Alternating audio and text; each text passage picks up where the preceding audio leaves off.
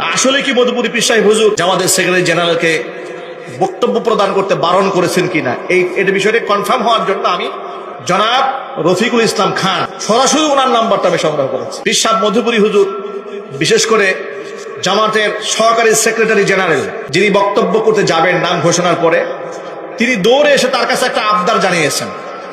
একটু জোর করে বলেছেন যে আপনারা ক্ষমতায় গেলে অবশ্যই কুখ্যাত কাদিয়ানীদেরকে রাষ্ট্রীয়ভাবে কাফের ঘোষণা করবেন, এটা আপনার মাইকে বলবেন আজকে। এই আবেদন নিয়ে পিছন থেকে দৌড়ে এসছেন।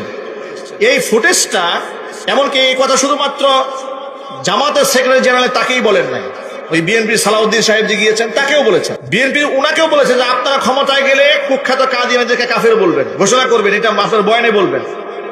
এই বক্তব্যটা উনি জামাতের সহকারী সেক্রেটারি জেনারেল যিনি ওনাকেও বলেছেন।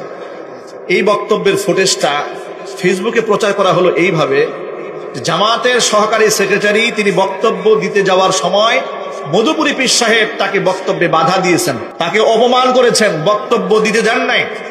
পরবর্তীতে এক পর্যায়ে গিয়ে বক্তব্য দিয়েছেন। নাউজুবিল্লাহ পড়েন। এই যে কুধারণা, এটা কোন পর্যায়ে ছেলে যায় সমাজকে, কিভাবে বিভক্তির পথে ছেলে যায়, এটা যখন প্রচুর পরিমাণ সমালোচনা হচ্ছে যে জামাতের একজন দাওয়াতপ্রাপ্ত মেহমান, রাজনৈতিক কিংবা আকীদাগত কিংবা দ্বীনি কোনো বিষয়ে ইখতিলাফ থাকতে পারে, সেটা ভিন্ন জিনিস।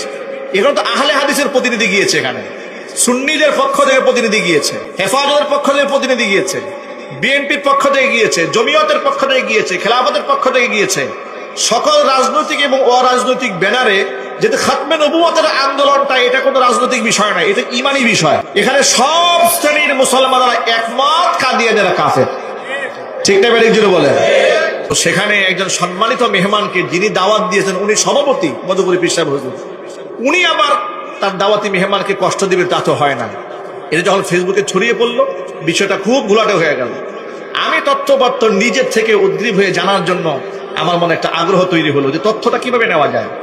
আসলে কি মধুপুরি পীর সাহেব হুজুর জামাতের সেক্রেটারি জেনারেলকে বক্তব্য প্রদান করতে বারণ করেছেন কিনা, এই বিষয়টি কনফার্ম হওয়ার জন্য আমি খুব কষ্ট করে তার নাম্বারটা সংগ্রহ করেছি। কার নাম্বার? জনাব রফিকুল ইসলাম খান সরাসরি ওনার নাম্বারটা আমি সংগ্রহ করেছি।